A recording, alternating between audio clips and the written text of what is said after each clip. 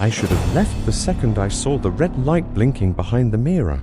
But by the time I realized what it actually was, I wasn't alone in the room anymore.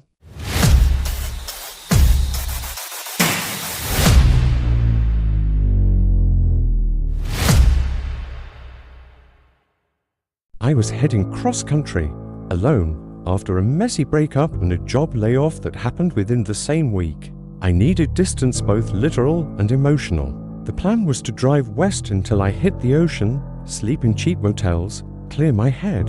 That kind of cliché. I was somewhere in Nevada when exhaustion started to creep in. The sun had gone down hours ago, and the highway had turned into a single dark thread cutting through empty desert. I hadn't passed another car in at least 20 minutes when I saw the glowing neon vacancy sign up ahead. Desert Palms Motel, 6 rooms, 1 flickering office light, a dead silence around it that felt too big. I didn't care how it looked.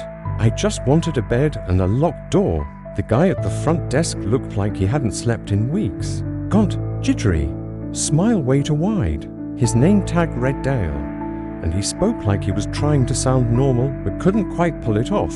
"Just you?" he asked, already reaching for a key. "Yeah, just passing through." He chuckled. "Aren't we all?" Room 3. He handed me an actual metal key with a brittle, sun-bleached plastic tag attached. No ID check, no credit card, just cash. That should have been a red flag. But again, I was tired. Too tired. The room was what you'd expect. Dingy but functional. Pale green walls, buzzing overhead light, bed with a sunken middle. The bathroom was small, tiled in a sickly beige with a large mirror above the sink. The weirdness didn't start right away.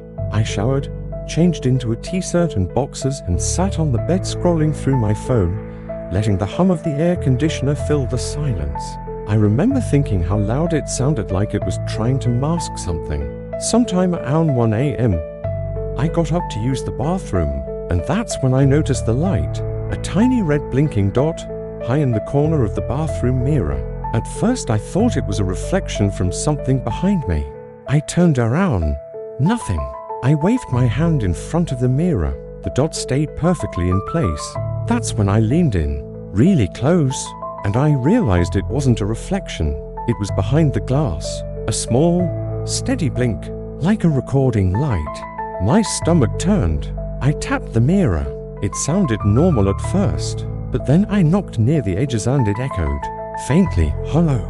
I went back into the main room and searched for something, anything to test my suspicion. I found a small travel-size lotion bottle and held it up to the glass. Then I did the trick I'd seen online, pressed my finger to the mirror.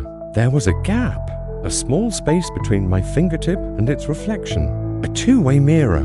I just stood there for a second, frozen. The red light kept blinking. I could hear the blood in my ears. Something was on the other side of that wall, watching.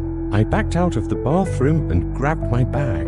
The only thought in my head was, leave now. As I reached for the door, I heard something that made me stop cold. A creak, not from outside, from the bathroom. I turned. The light was still on in there. The door was open. But now it was opening wider. I hadn't touched it. The mirror. I swear it looked darker now, like there was something just beyond it. Something that wasn't there before. I told myself it was just nerves, just panic. Maybe the mirror backed into a closet or storage. Maybe the red light was some old, busted camera from decades ago. Something left behind. But then, the bathroom light flickered off, and that's when I saw it. A shadow moved across the glass, slowly, deliberately, like someone walking behind the mirror. Then it stopped, right in the center, facing me. I couldn't see a face, just a silhouette, head slightly tilted, watching. I whispered, "Who's there?" No answer. I backed out of the room, took the key from the doorknob. My hands were shaking so bad I dropped it, picked it up and bolted for the front office. The place was dark. No one at the desk. I rang the bell once, twice. No one came.